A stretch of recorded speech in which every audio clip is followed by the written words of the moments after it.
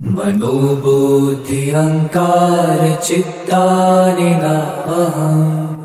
न च श्रोत्रजिह्वे न च घ्राणनेत्रे न च व्योम भूमिर्न तेजो न वायु चिदानन्दरूप शिवोऽहं शिवोऽहम् न च प्राणसंज्ञो न वै पञ्चवायु न वा सप्तधातु न वा पञ्चकोश न वा पाणिपादं न चोपस्थपायु चिदानन्दरूप शिवोऽहं शिवोऽहम् न मे द्वेषरागो न मे लोभमोहः मदो नैव मे नैव मात्सर्यभावः न धर्मो न चार्थो न कामो न मोक्षः चिदानन्दरूप शिवोऽहं शिवोऽहम् न पुण्यं न पापं न सौख्यं न दुःखम् न मन्त्रो न तीर्थं न वेदा न यज्ञा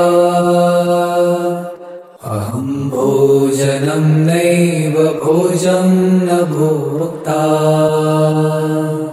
चिदानन्दरूप शिवोऽहं शिवोऽहम् न मृत्युर्न शङ्का न मे जातिभेद पिता नैव मे नैव माता न जन्म न बन्धुर्न मित्रं गुरुर्नैव शिष्यम् चिदानन्दरूप शिवोऽहं शिवोऽहम् अहं निर्विकल्पो निराकाररूपो विभुत्वाच्च सर्वत्र सर्वेन्द्रियाणाम् न चासङ्गतं नैव मुक्तिर्न मेय चिदानन्दरूप शिवोऽहं शिवोऽहम् मनोबुद्धि अहंकार चित्तानि नाहम् न च श्रोत्रजिह्वे न च घ्राणनेत्रे न च व्योम भूमिर्न तेजो न वायु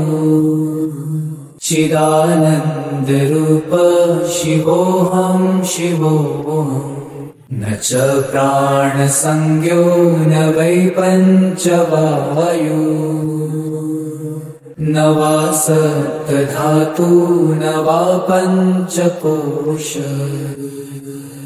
न वा पाणिपादं न चोपस्थपायु चिदानन्दरूप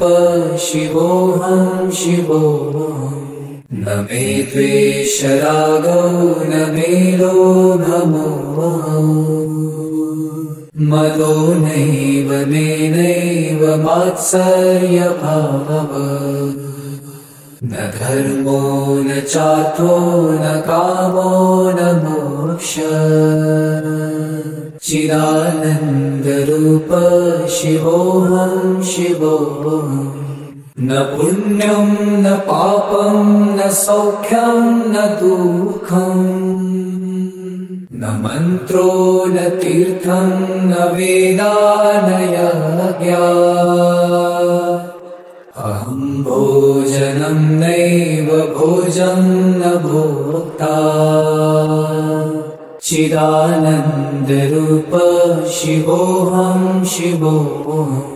न मृत्युर्न शङ्का न मे जातिभेद पिता नैव मे नैव माता न जन्म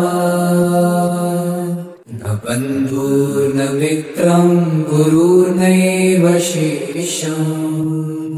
चिदानन्दरूप शिवोऽहं शिवोऽहम्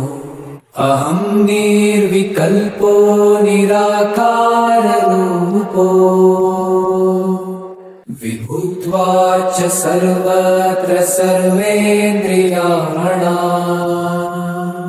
न चासङ्गतं नैव मुक्तिर्न मेय चिदानन्दरूप शिवोऽहं शिवोऽहम्